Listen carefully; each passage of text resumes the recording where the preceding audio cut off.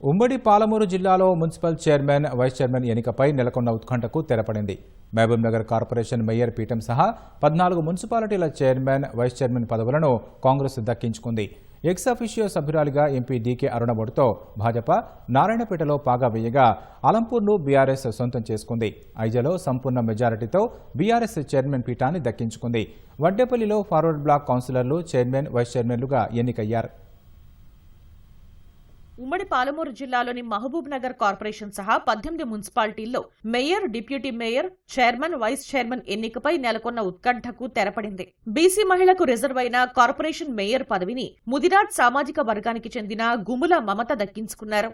Congress senior నాయకుడు Marepalli Surender Reddy deputy mayor పదవికి ఎన్నికయ్యారు.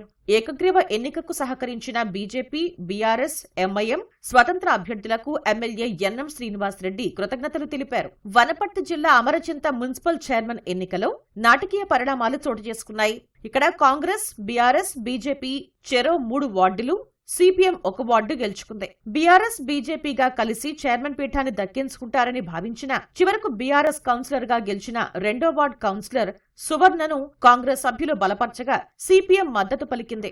ఏ పార్టీ నుంచి విప్ జారీ చేయలేదు. దీంతో సువర్ణ చైర్మన్ గా ఎన్నిక కాగా వైస్ చైర్మన్ గా కాంగ్రెస్ కౌన్సిలర్ రాధా ఎన్నికయ్యారు. బయటకు వచ్చాక సువర్ణ కాంగ్రెస్ కండువా వేసుకున్నారు. నారాయణపేట మున్సిపాలిటీ బీజేపీ ఖాతాలోకి చేరింది. 24 వార్డులున్న నారాయణపేటలో బీజేపీ 11 వార్డులే గెలుచుకోగా స్వతంత్ర అభ్యర్థి జయశ్రీ చేరికతో ఆ పార్టీ బలం 12కు పెరిగింది.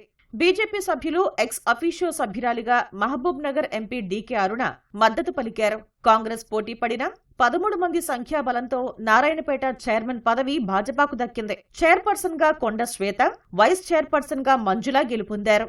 37 వార్డులున్న గద్వాలలో 16 సీట్లు మాత్రమే గెలుచుకున్న కాంగ్రెస్ పురపీఠాన్ని కైవసం చేసుకుంది. 13 మంది కాంగ్రెస్ కౌన్సిలర్లు, 2 స్వతంత్రులు, మజ్లిస్ కౌన్సిలర్ 1 మద్దతు పలికారు. MP Mallu Ravi ex officio సభ్యునిగా ఓటు వేయడంతో కాంగ్రెస్ కౌన్సిలర్లు తుమ్మల జయలక్ష్మి చైర్మన్ గా, వైస్ చైర్మన్ గా శంకర్ ఎన్నికయ్యారు. అలంపూర్లో మున్సిపల్ పీఠం బీఆర్ఎస్ ను వరించింది. 10 వార్డులకు కాంగ్రెస్, బీఆర్ఎస్ లు చెరో 5 స్థానాలు దక్కించుకున్నాయి. ఎక్స్ అఫీషియో సభ్యునిగా ఎమ్మెల్యే విజయుడి ఓటుతో జయరాములు చైర్మన్ గా ఎన్నికయ్యారు. వైస్ చైర్మన్ గా ఎరుకలి విక్రమ్ ఏకగ్రీవంగా ఎన్నికయ్యారు. వడ్డేపల్లిలో 10 వార్డులుండగా 8 ఫార్వర్డ్ బ్లాక్ గెలుచుకుంది. చైర్పర్సన్ అభ్యర్థిగా మంజుల, వైస్ చైర్మన్ శ్రీ సారంద ఎన్నికయ్యారు. ఐజలో బీఆర్ఎస్ కౌన్సిలర్లు సీఎం రమేష్ చైర్మన్ గా, నరసింహులు వైస్ చైర్మన్ గా ఏకగ్రీవంగా ఎన్నికయ్యారు. స్పష్టమైన మెజారిటీ ఉన్న మిగిలిన మున్సిపాలిటీలన్నీ కాంగ్రెస్ ఖాతాలోకి చేరాయి.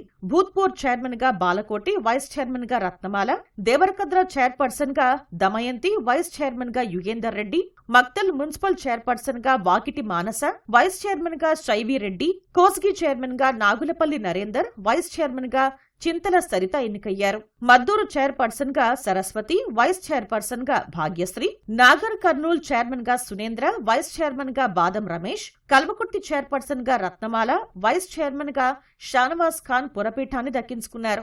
వనపర్తి చైర్పర్సన్ గా మాధవి, వైస్ చైర్మన్ గా మధుసూదన్ గౌడ్, పెబ్బేరు చైర్మన్ గా శ్రీనివాస్ గౌడ్, వైస్ చైర్మన్ గా సుమిత్ర, కొత్తకోట చైర్పర్సన్ గా పోతులపల్లి అరుణ, వైస్ చైర్మన్ గా సునీత పల్లవి ఎన్నికై ప్రమాణ స్వీకారం చేశారు.